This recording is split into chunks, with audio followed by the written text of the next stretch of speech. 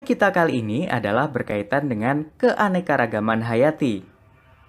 Keanekaragaman hayati ada beberapa tingkat, mulai dari tingkat gen, spesies, dan tingkat ekosistem.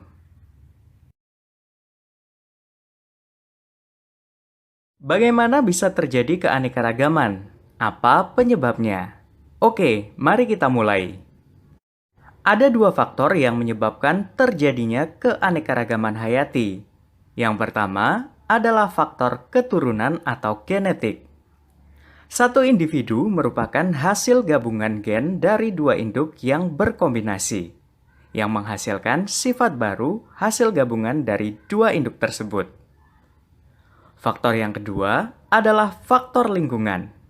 Berbeda dengan faktor genetis yang berasal dari dalam atau sang induk, faktor lingkungan merupakan faktor eksternal dari luar, seperti suhu, nutrisi, dan yang lainnya.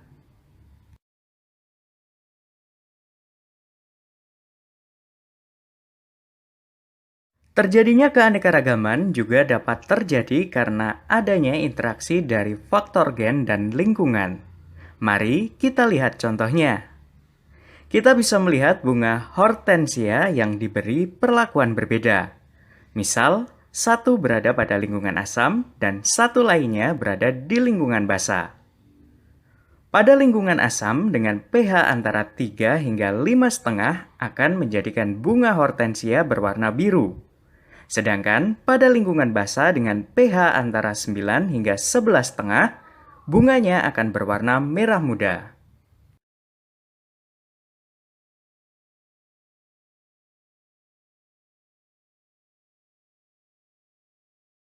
Berikutnya kamu tentu sudah tidak asing dengan bunga mawar. Apa warna bunga mawar yang pernah kamu jumpai? Apakah warna pastel, pink, kuning, putih, biru keunguan, atau yang paling sering kita jumpai yaitu warna merah? Bunga mawar dengan berbagai warna merupakan salah satu contoh keanekaragaman tingkat gen.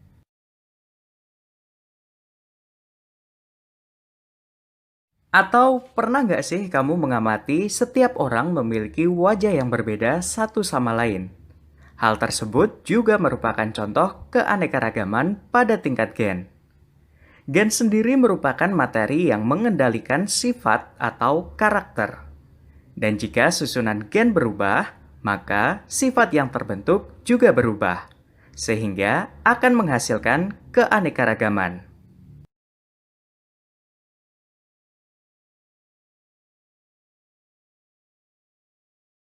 Selanjutnya, pernahkah kamu mengamati jenis-jenis jeruk? Ya, ternyata jeruk memiliki beragam jenis. Ada jeruk nipis, ada jenis lemon, ada jeruk mandarin, jeruk bali merah, dan juga jeruk yang lainnya. Berbagai jenis jeruk ini merupakan salah satu contoh keanekaragaman tingkat spesies. Berbeda dengan keanekaragaman gen, keanekaragaman pada tingkat spesies atau jenis lebih mudah diamati perbedaan antara satu spesies dengan spesies lain. Ciri-ciri keanekaragaman tingkat spesies adalah tidak dapat disilangkan. Misal, padi dan jagung. Meskipun merupakan sama-sama anggota suku Poaceae atau rumput-rumputan, keduanya tidak dapat disilangkan. Terakhir, keanekaragaman tingkat ekosistem.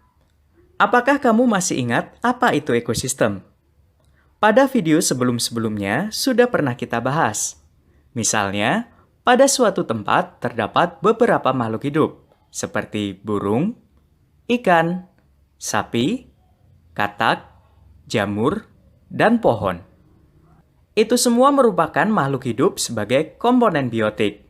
Ada juga komponen abiotik seperti air, matahari, dan tanah.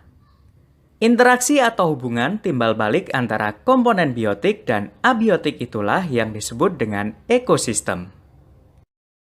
Kondisi lingkungan yang berbeda di setiap tempat menyebabkan timbulnya keanekaragaman.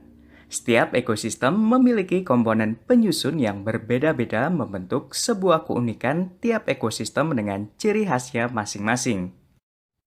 Contoh keanekaragaman tingkat ekosistem misalnya gurun, sabana, dan hutan hujan tropis. Ketiganya memiliki intensitas curah hujan yang berbeda, sehingga pohon-pohon yang terdapat di dalamnya juga tidak sama.